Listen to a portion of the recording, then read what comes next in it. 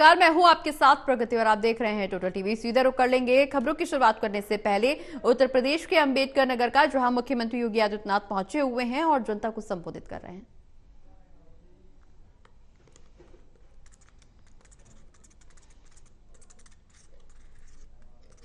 और वह यह कहनी है कि आपने 10 वर्ष में प्रधानमंत्री मोदी जी के नेतृत्व की एक ऐसी सरकार देखी है जो बिना रुके, बिना डिगे, बिना हटे देश की सुरक्षा के लिए, गरीबों के कल्याण के लिए, विकास के बड़े बड़े कार्यों को आगे बढ़ाने के लिए लगातार कार्य की है। एक और जहां कांग्रेस और समाजवादी पार्टी का जो इंडी गठबंधन है, यह राष्ट्रीय सुरक्षा के साथ खिलवाड़ करता था। मुझे याद है 2014 के पहले जब इन लोगों की सरकारें थी,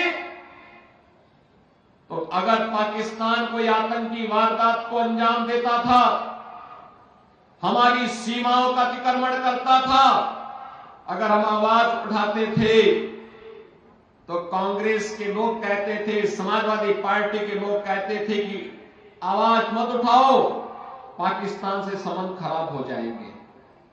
पाकिस्तान घटना में घंटा को अंजाम देता था, भारत के जवान शहीद होते थे, निर्दोष नागरिक मारा जाता था। लेकिन बहनों और भाइयों, 14 के बाद स्थिति बदली है। आज कोई भारत की सीमा का अतिक्रमण नहीं कर सकता और हर एक को मालूम है कि अगर सीमा का अतिक्रमण करेगा तो भारत फिर उसको बख्शेगा नहीं। ये नया भारत है, छेड़ता नहीं, कोई छेड़ता है उसको छोड़ता भी नहीं है। बहनों और भाइयों, यही स्थिति देश के अंदर आतंकवाद की जड़धारा 370 को लेकर के थी। कश्मीर में कांग्रेस कहती है कि धारा 370 फिर से लाएंगे। बहनों और भाइयों, धारा 370 का मतलब आतंकवाद की पुनर्वापसी। यह देश अब आतंकवाद को बर्दाश्त नहीं करेगा, आतंकवाद का खात्मा करके रहेगा। देश के अंदर आतंकवाद, नक्सलवाद पूरी तरह समाप्त होगा। भारत को फिर से विकसित भारत के रूप में स्थापित करने के मोदी जी के अभियान के साथ हम सबको जुड़ के काम करना है। और इसके लिए आवश्यक है, यूपी के अंदर जो सरकार आज डबल इंजन की कार्य कर रही है, यह सरकार विकास भी करा रही है, विरासत का सम्मान भी दे रही है। मैं आपसे पूछना चाहता हूं, अयोध्या में जब एक निषाद बेटी के साथ क्या कुछ घटना घटित की थी समाजवादी पार्टी के गुंडों ने, और तब भी समाजवादी पार्टी के नेता और उनके राष्ट्रीय अध्यक्ष उसकी दलील दे रहे थे। बहनों और भाइयों, बेटी तो सबकी होती है। बेटी के साथ अगर कोई इस प्रकार का जुर्म करेगा, इस प्रकार का अत्याचार करेगा, तो हमारा तो संकल्प ही है कि उस दुष्कर्मी के लिए फिर जगह नहीं, उसकी जगह केवल और केवल जहन्नुम में हो सकती है, बाकी उसके लिए कोई जगह नहीं हो सकती। और हमारी सरकार पूरी मजबूती के साथ खड़ी रही उस परिवार के साथ, पीड़ित परिवार के साथ। आज मैं आपसे फिर कहने के लिए आया हूं, इस समाजवादी पार्टी के लोग वही हैं जो अयोध्या में राम भक्तों पर गोलियां चलाने वाले लोग हैं। ये लोग कोई भी महाराज सुहेलदेव के स्मारक पे नहीं जाता था, क्योंकि इन्हें भय था कहीं मुस्लिम वोट बैंक खिसक न जाए। लेकिन भारतीय जनता पार्टी ने एनडीए में मिलकर के बहराइच में महाराज सुहेलदेव का भव्य स्मारक बनाया है। महाराज सुहेलदेव 1000 वर्ष पहले भारत के महान योद्धाओं में थे, और वही कार्य हमारी सरकार ने आज श्रृंगवेरपुर में किया है। भगवान राम और निषाद राज की मैत्री की बड़ी प्रतिमा, 56 फुट ऊंची प्रतिमा को स्थापित करने का काम किया है। बहनों और भाइयों, आज आप देख रहे होंगे विकास भी है, विरासत भी है। विकास के लिए बड़े बड़े कार्य, हाईवे बन रहे हैं, गांव गांव की कनेक्टिविटी बन रही है, मेडिकल कॉलेज बन रहे हैं, इंजीनियरिंग कॉलेज बन रहे हैं, आईआईटी, एम्स, रेलवे, एयरपोर्ट, ये सबका काम तो हो ही रहा है। लेकिन साथ साथ विरासत का सम्मान करने के लिए और अपने पूर्वजों का हम कोई जवाब दे सके, इसके लिए अयोध्या में भगवान राम का भव्य मंदिर का निर्माण के साथ साथ रामलला का विराजमान होना भी यह हर भारतवासी को गौरवान्वित करता है। बहन और भाइयों, हमारा तो एक ही कहना है आपसे, जो राम का नहीं वो हमारे किसी काम का नहीं। हमारी प्रेरणा तो एक ही बात को लेकर के है कि जाके प्रिय राम वेदे ही तजिए ताई कोटि बैरी सम यद्यपि परम स्नेही।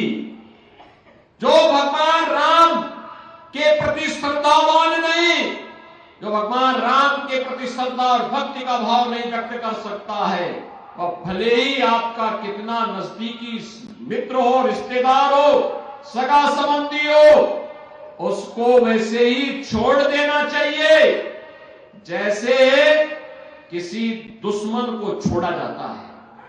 बहनों और भाइयों, एक सनातन वाक्य है और यहां पर तो आपके सामने परम राम भक्त धर्मराज निषाद को भारतीय जनता पार्टी और एनडीए ने प्रत्याशी बनाकर के आपके बीच उतारा है।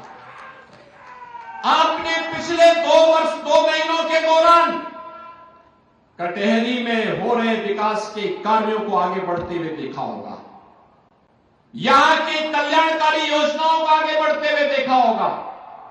अच्छा जनप्रतिनिधि चुना जाएगा। याद रखना, वृद्धजनों को वृद्धावस्था पेंशन, निराश्रित महिलाओं को निराश्रित महिला पेंशन, दिव्यांगजनों को दिव्यांगजन पेंशन, हर गरीब के घर में रसोई कार्ड, रसोई गैस का सिलेंडर, हर गरीब के घर में उसका स्वयं का राशन कार्ड, हर गरीब के घर में 5 लाख रुपए का आयुष्मान कार्ड। जिस गरीब का अपना मकान नहीं, उसको मकान बनाने की सुविधा भी होगी, और जिस गरीब के पास रोजगार नहीं, उसके लिए रोजगार की सुविधा भी होगी। यह भारतीय जनता पार्टी की सरकार आज आपको देने के लिए पूरी प्रतिबद्धता के साथ काम कर रही है। और इसीलिए हमारी सरकार ने तय किया है, इसीलिए हमारी सरकार ने तय किया है कि जीरो पॉवर्टी के लक्ष्य को हम प्राप्त करेंगे, यानी गरीबी पूरी उन्मूलन की दिशा में हर गरीब को हम सशक्त बना करके स्वावलंबन की ओर अग्रसर करेंगे। इसके लिए सर्वे का काम चल रहा है। जिसके पास मकान नहीं, मकान मिलेगा। जिसके पास आयुष्मान का कार्ड नहीं, आयुष्मान का कार्ड मिलेगा। जिसके पास राशन कार्ड नहीं, उसको राशन कार्ड मिलेगा। जिसके पास पेंशन की सुविधा नहीं, उसको पेंशन मिलेगा। जिसके घर में बिजली नहीं, वहां बिजली मिलेगी। जिसके घर में पानी नहीं, उसको पानी देने का काम करेंगे, बिना भेदभाव के। सबका साथ और सबके विकास के साथ ये कार्य आज सरकार आगे बढ़ाने का काम कर रही है। और इसीलिए आज मैं आपसे कहने के लिए आया हूं, इस समाजवादी पार्टी, ये कांग्रेस के लोग गुमराह करने के लिए आएंगे, तमाम प्रकार की बातें करेंगे, लेकिन बहनों और भाइयों, ये विरासत को अपमान करने वाले लोग हैं। ये प्रभु राम की परंपरा को अपमानित करने वाले लोग हैं। ये किसानों के साथ, युवाओं के साथ, नौजवानों के साथ अन्याय करने वाले लोग हैं। ये बेटी और व्यापारी की सुरक्षा में सेंध लगाने वाले लोग हैं। इनको अब आगे बढ़ने का अवसर कतई नहीं देना है, नहीं तो ये लोग फिर, इनकी विरासत क्या थी? इनकी विरासत अगर देखना हो तो खान मुबारक ही समाजवादी पार्टी की वास्तविक विरासत है। अतीक अहमद और मुख्तार अंसारी इनकी वास्तविक विरासत है। ये भारत के देवी देवताओं को, भारत के महापुरुषों को सम्मान नहीं देते। डॉक्टर लोहिया तो इसी अम्बेडकर नगर की धरती पर पैदा हुए थे, लेकिन आज की समाजवादी पार्टी डॉक्टर लोहिया और आचार्य नरेंद्र देव के मूल्य और सिद्धांतों से भटक चुकी है। और इसीलिए मैं आपका आह्वान करने के लिए आज आया हूं कि बहनों और भाइयों, भारतीय जनता पार्टी ने एनडीए ने, रात भर पार्टी ने, निषाद पार्टी ने, अपना दल ने अपने प्रत्याशी के रूप में श्री धर्मराज निषाद को आपके बीच में आपका आशीर्वाद प्राप्त करने के लिए इस उपचुनाव में उतारा है। मेरी आप सबसे विनती होगी, धर्मराज निषाद को भारी बहुमत से विजयी बना करके आगे बढ़ाना है, उन्हें विधायक चुन के भेजना है, कटेली के विकास को द्रुत गति से आगे बढ़ाना है। आप सब सहमत हैं? सभी लोग सहमत हैं? धर्मराज निषाद को भारी बहुमत से चुनाव जिता करके भेजेंगे, सभी लोग बना के भेजेंगे तो